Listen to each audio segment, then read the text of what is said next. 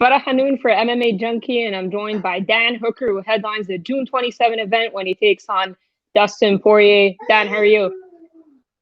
I'm very well. Just picked up my visa yesterday, so that was kind of the last hurdle we had to jump through to get this thing done.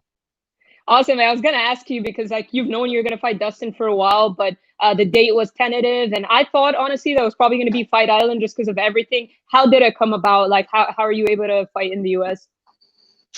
Yeah, well, that's the thing. They were kind of dangling this fight in front of me the entire time. So we were scheduled May 16th was the date, and the UFC was going ahead May 16th, even through this whole coronavirus, especially in New Zealand.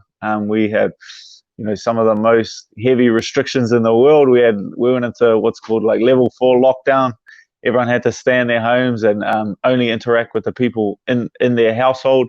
If you wanted to exercise, you could obviously exercise, but you had to stay local.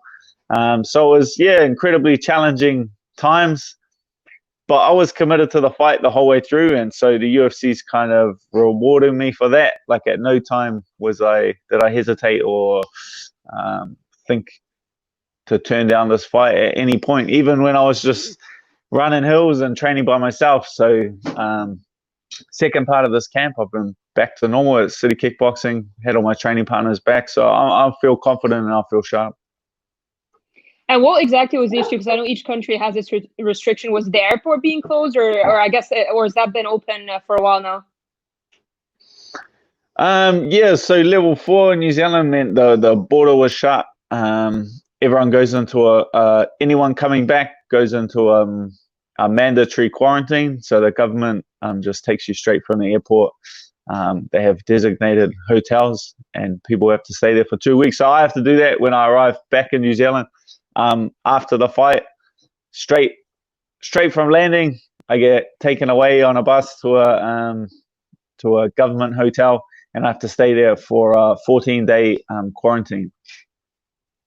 Oh wow, okay. Because I was going to ask you, like, are you happy that it's not Fight Island in Abu Dhabi, or would have you wanted that? I believe they have to go through some sort of quarantine. I'm not sure how it's going to work exactly. If they're going to have to fly in early and quarantine a bit, or what's going to happen exactly. But are you happy that do you prefer it being in the US over Abu Dhabi? I would have been happy either way. I'm happy that I get to fight sooner. The sooner I can get it done, the better for me. It's more comfortable flying to the US. In terms of travel time from New Zealand, it's only a 12-hour flight to LA and then another hour to get to Vegas. So that's a lot better than, I don't know what on earth it is to get to Abu Dhabi, but it'll be at least twice the amount of time to get that far across the world. So I'm in terms of travel time, but I also enjoy like new experiences.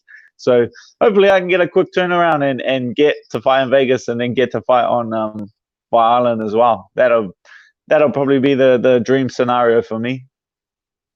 Cool, because I think they might, I don't know if they might extend it or what they're going to do exactly with it, because I'm seeing a lot of like Brazilians and the people that technically weren't able to fight in the US being booked for August cards. So it's kind of making me think, are we getting more of this Fight Island or not? It seems like there's something that they're going to try to keep around. So maybe later. But was it hard for you mentally to have to worry about, am I going to make it to this date and try to stay training for a big fight as well?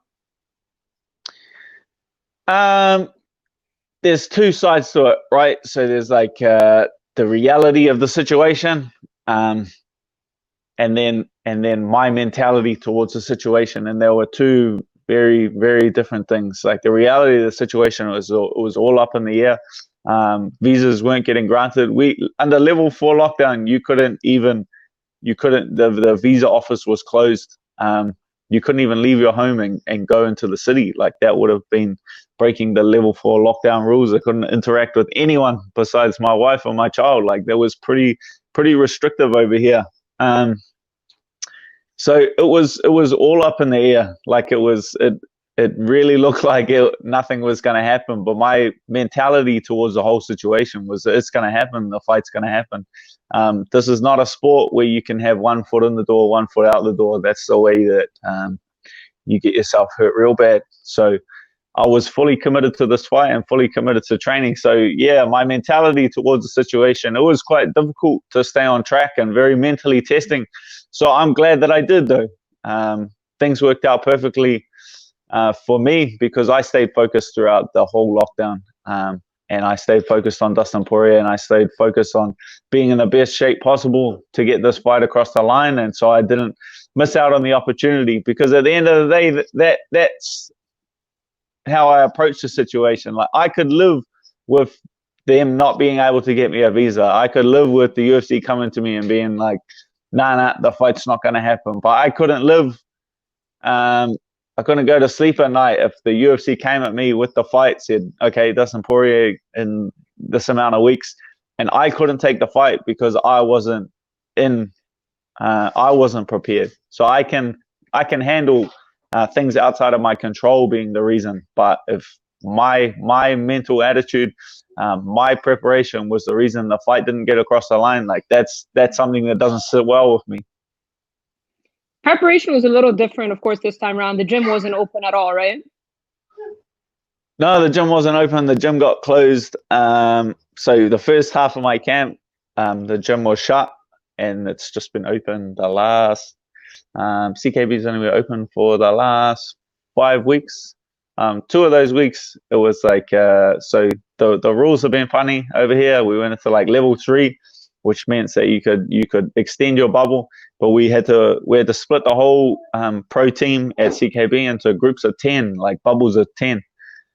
So our head coach Eugene had to decide who's in what group. I was in the lighter group with like Brad Riddell, Shane Young, Kai Kara France. So I had a good solid group of training partners, but we had to stick within that bubble of 10 people. So we'd all get to the gym at different times, all train at different parts of the gym.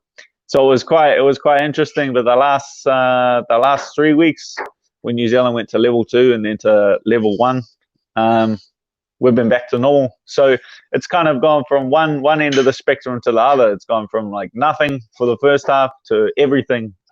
Training's back to normal in the second half. When do you fly to Las Vegas? I fly out Tuesday here in New Zealand, which means that we land in the US on Tuesday as well. Cool. Let's talk about the matchup. I know you and I spoke about it before the pandemic and everything. What do you think of the 25-foot cage?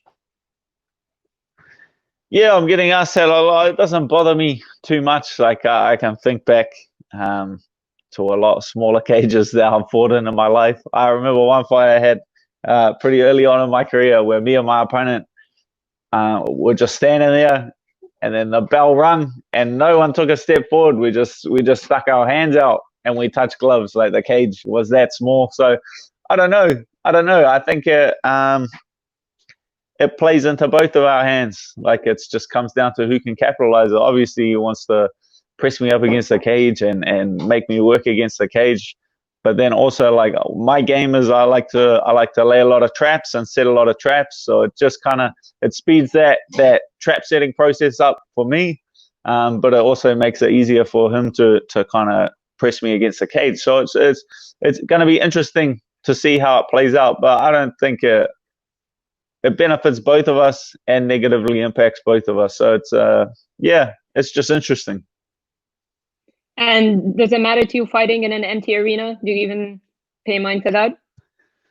Again, it's just interesting. Like it's something that I'll take it as it comes. Like couldn't be any different from my last fight. I had a sold out arena in my hometown. That was 10,000 people that I know or have met at some time in my life. That was like a lot of pressure on my shoulders, having your family, having all of your friends there in the arena. Like that was, an incredible moment. And then to go from that to just a handful of UFC staff, they couldn't be further from each other. So I don't know. I'm just going to take it as it comes. Like it's something, I enjoy new experiences, and it's just a new experience. On Twitter, I can't remember what you posted, but Justin Gator jumped in and had something to say. Where did that come from? Is there something in the past? You did train at Elevation years ago. Did you even ever train with Justin back then? Nah, he was training. He was training somewhere else. He wasn't training at Team Elevation at the time. And I think when I left, like 6 months or a year after I left, he moved more regularly to Team Elevation. So it's nothing. It's nothing from that. I think it's just, you know, he wants Dustin to succeed. Well, Dustin knocked him out. So if someone knocks you out, you obviously want to see them do well. And he would love for him to knock me out. So it makes him look a little bit better. If you know, Dustin flatline him and then I flatline Dustin, it kind of makes Gagey look a bit beatable to me. So yeah, I can definitely see why he's throwing his hat towards Dustin. How do you see your fight with Dustin playing out? You went through a 5-round war with Paul Felder, which I think it sets you up so nicely with this fight with Poirier because he's been in his fair share of wars, and you've had so many quick finishes as well. Do you feel that way as well? It is a pretty quick turnaround considering the war you've been through, but I also think logging in those minutes was probably essential for a matchup like Dustin.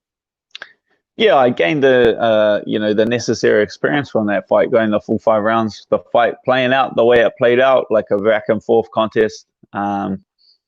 Yeah, I definitely gained a lot of experience from going the full 5 rounds. Before that, I had a lot of quick finishes before that, and then the Ally Corner fight, which was pretty cruisy, like it was a pretty dominant fight. And then to go into a 5-round war like that, yeah, I definitely improved a lot from that fight. So I'm prepared for the full 5 rounds. I'm prepared for a quick finish. Yeah, we'll see. We'll see. Do you have a certain vision of the way this fight plays out, a prediction or anything? It'll be hard. It'll be hard. You know, Dustin's a pretty durable guy. We'll see if he can take the shots. You know, he's pretty confident he can take the shots. Everyone thinks that he can take the shots and he's going to beat me up. So we'll see. I'm pretty confident that I can put him away. The way that I'm approaching it and the way I'm looking at it from what I've seen, I'm pretty confident that I can finish him.